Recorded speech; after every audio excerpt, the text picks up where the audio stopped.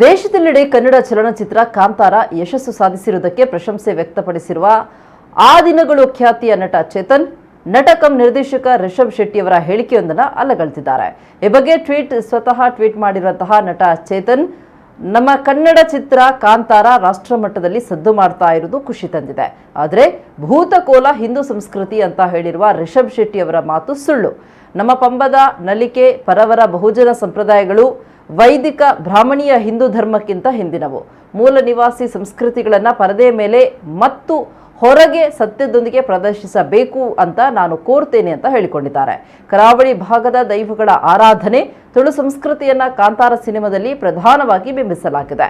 ಪ್ರಕೃತಿಗೂ ಮನುಷ್ಯನಿಗೂ ಇರುವ ಸಂಬಂಧ, ಭೂತಾರಾಧನೆ, ಈ ಆಚರಣೆ ನ್ಯಾಯದ ವೇದಿಕೆಗೆ ಹೇಗೆ ಮಹತ್ವ ಪಡ್ಕೊಂಡಿದೆ ಎನ್ನುವುದನ್ನು ಸಿನಿಮಾದಲ್ಲಿ ವಿವರಿಸಲಾಗಿದೆ. ಸದ್ಯ ಸಾಮಾಜಿಕ ಜಾಲತಾಣಗಳಲ್ಲಿ ಈ ಕುರಿತಾದ ಟ್ವೀಟ್ ಭಾರಿ ವೈರಲ್ ಆಗ್ತಾ ಇದ್ದು ಭಾರಿ ಆಕ್ರೋಶ ವ್ಯಕ್ತವಾಗಿದೆ. ಇನ್ನು ಮನುಷ್ಯ ಮತ್ತು ಪ್ರಕೃತಿಯ ನಡುವಿನ ಸಂಘರ್ಷದ ಕಥೆಯಾಗಿರುವ ಕಾಂತಾರವನ್ನ ರಿಷಬ್ ಶೆಟ್ಟಿ ನಟಿಸಿ ನಿರ್ದೇಶನ ಮಾಡಿದ್ದಾರೆ. ಈ ಚಿತ್ರದಲ್ಲಿ ರಿಷಬ್ ಶೆಟ್ಟಿ ಜೊತೆಗೆ ಸಪ್ತಮಿ ಗೌಡ, ಕಿಶೋರ್, ಅಚ್ಯುತ್ ಕುಮಾರ್, ಪ್ರಮೋದ್ ಶೆಟ್ಟಿ ಸೇರಿದಂತೆ ಹಲವು ಪ್ರತಿಭಾವಂತ ಕಲಾವಿದರು ನಟಿಸಿದ್ದಾರೆ. ಹೊಂಬಾಳೆ ಫಿಲ್ಮ್ಸ್ ಚಿತ್ರವನ್ನ ನಿರ್ಮಿಸಿದೆ. ಚಿತ್ರಕ್ಕೆ ಅಜನೀಶ್ ಲೋಕನಾಥ್ ಅವರ ಸಂಗೀತ ಮತ್ತು ಅರವಿಂದ್ ಕಶ್ಯಪ್ ಛಾಯಾಗ್ರಹಣವಿದೆ.